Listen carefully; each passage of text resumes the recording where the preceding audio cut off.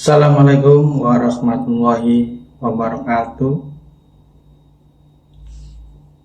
Pada kesempatan hari ini saya menjelaskan tentang raga sukma. Nah, banyak di luar sana pengetahuan tentang raga sukma itu bahwa sukma itu meninggalkan raga. Dan raga itu tidak sadar. Banyak orang yang memiliki pengetahuan seperti itu.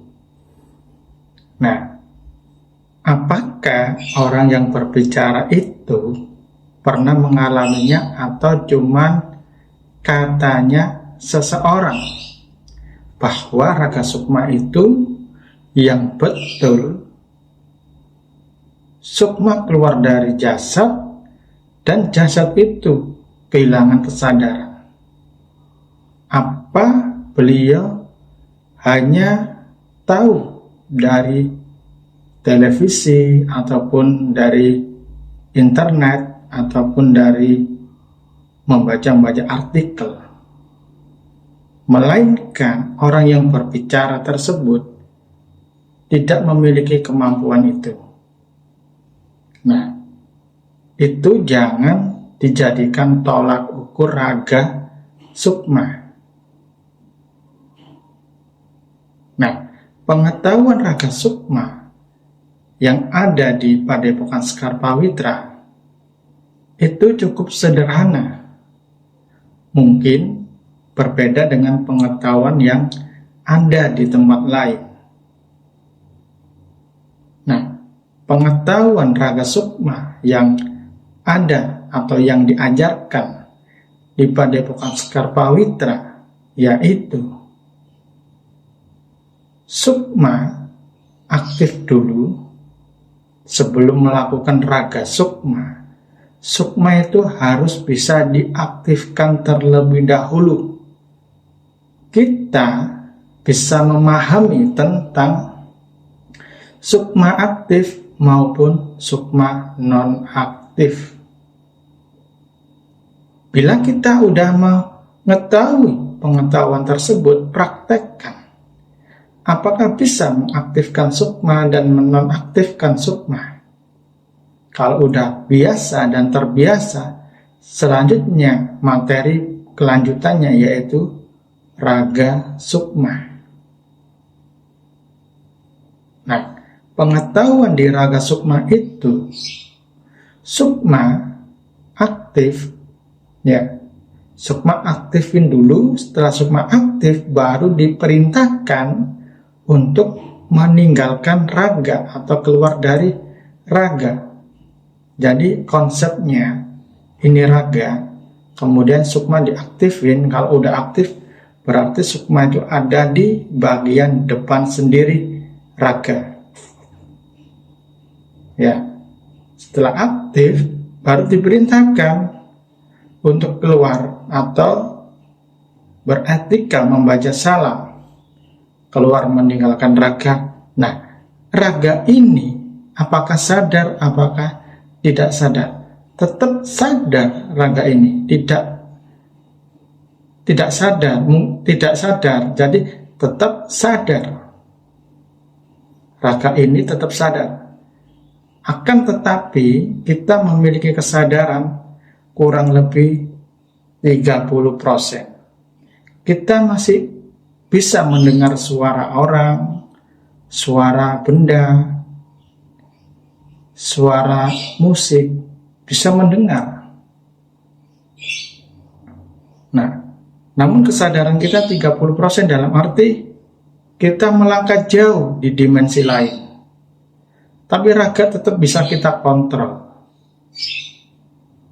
Ya, jadi kalau bermeditasi dengan raga sukma, kita posisi bermeditasi raga sukma, raga itu tetap sadar.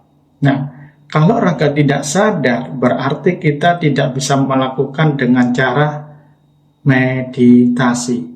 Kalau kita tidak sadar, berarti tubuh kita lemas. Contohnya yaitu orang tidur. Orang tidur itu kan tidak sadar. Masa raga sukma kita tidur, lalu apa yang kita alami tahu apa tidak? Pasti tidak tahu.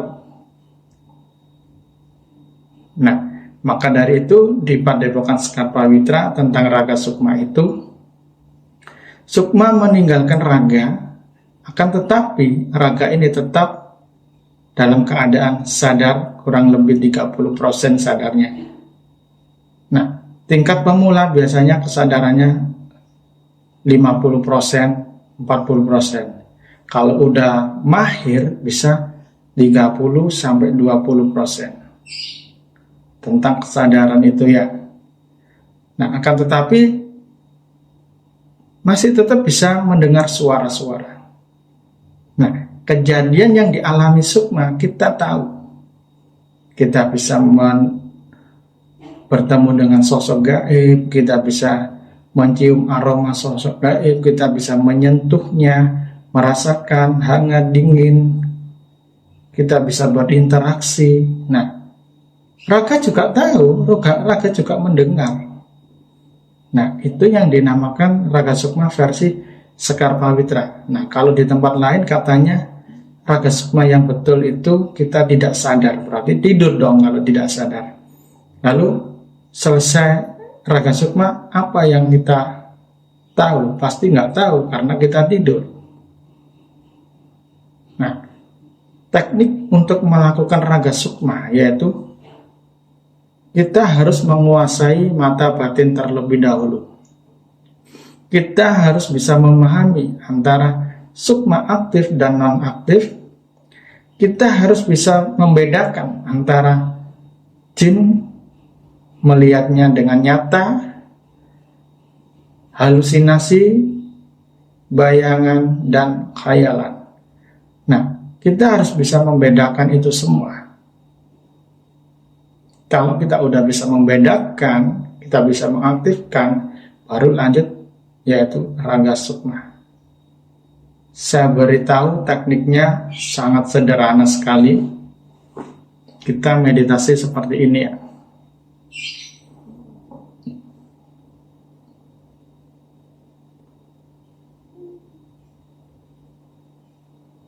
Ini sukma saya sudah aktif. Kemudian diperintahkan untuk meninggalkan raga.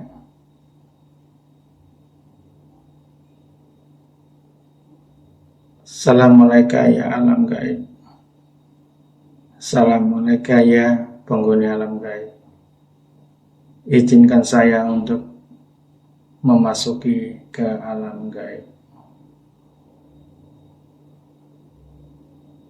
Nah, ini sukma saya bergerak dari dalam raga menuju keluar raga, kemudian menghadap ke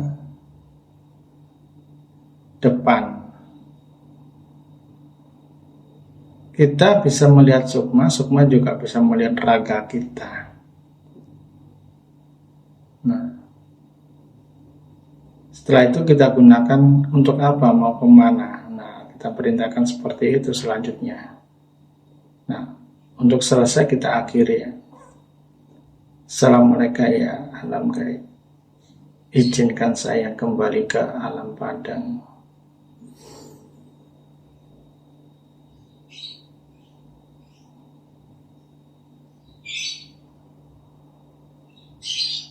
Nah, itu cuplikan cara raga sukma versi Sekar Pawitra. Nah, raga sukma setelah kita masuk di alam gaib atau sukma udah keluar dari raga dan melihat fenomena alam gaib, selanjutnya kita menyapa alam gaib itu menggunakan etika salam. Ya, kita sapa. Assalamualaikum ya alam gaib. Nah, setelah itu kita mau kemana? Misalkan kalau mau ke Mekah, ya tuntunlah saya menuju ke Mekah. Nah, lalu amati lagi, baca salam lagi, terus mau kemana lagi? Misalkan mau ke goa, tuntunan saya menuju ke goa. Kemana lagi? Ke Istana Majapahit. Tuntunan saya menuju ke Istana Majapahit. Dan seterusnya. Nah, itu adalah cara raga sukma.